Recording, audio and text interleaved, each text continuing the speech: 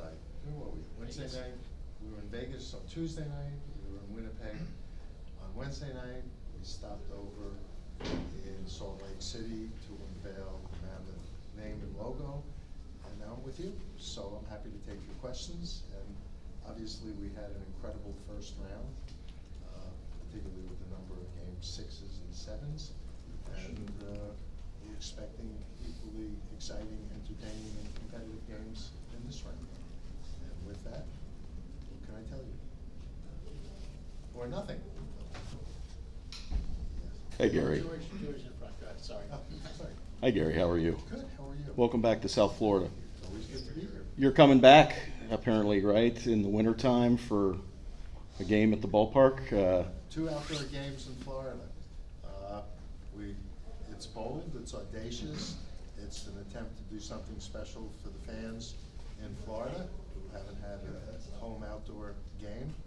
And some people have suggested we're crazy, but I don't think we are. We believe between hockey operations and our ice makers, we're going to provide a great environment for a game.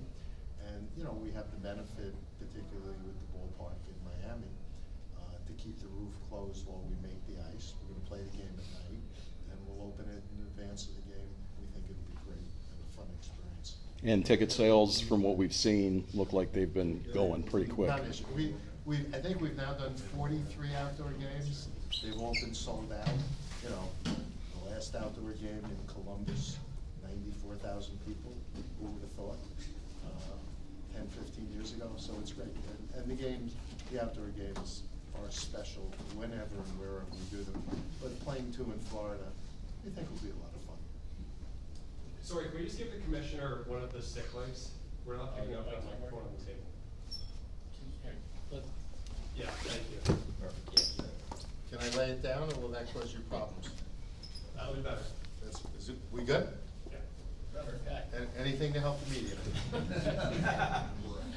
We want to hear you. Oh, that.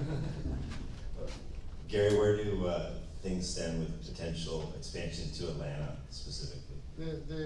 We're getting expressions of interest. We've talked to a couple of groups. There have been some civic leaders that have been in with people who are expressing interest in owning a team and creating a facility, but there's no timetable. As I've repeatedly said, we're not going to go through a formal expansion process that says if you want an expansion team, submit your application by a certain date. We start with the 4 basic criteria: ownership, market, arena, and what we would do to enhance the league or make it stronger. When somebody wants to make the case and come in and puts together all the pieces, we'll listen to it, and if it makes sense, I'll take it to the executive committee and then the board.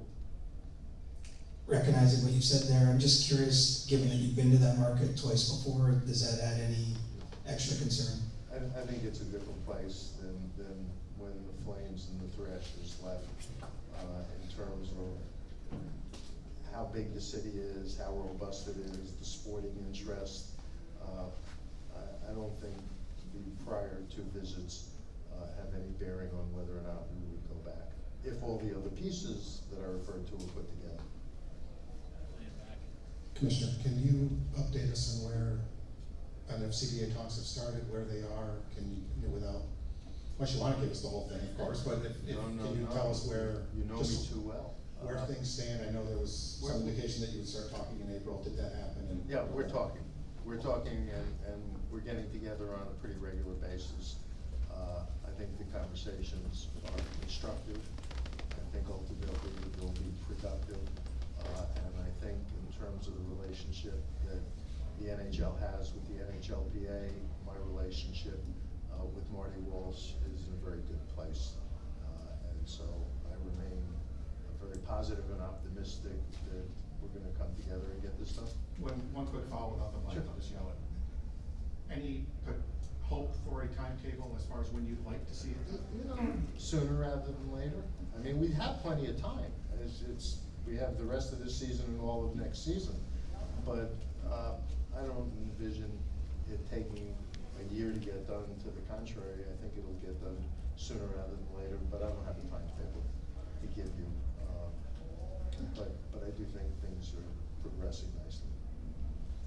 In the NBA and the MLB, officials are made available to pool reporters sometimes after some controversial calls. Is there conversations about maybe getting NHL referees available to a pool reporter after certain? No, hockey operations, will take, and we do take questions and explain what goes on, and, we hold the officials accountable, but I don't think, particularly with the number of calls and non-calls that we have in a game, it would add anything. If there's something particularly difficult or controversial, we respond, and we generally do it in real time.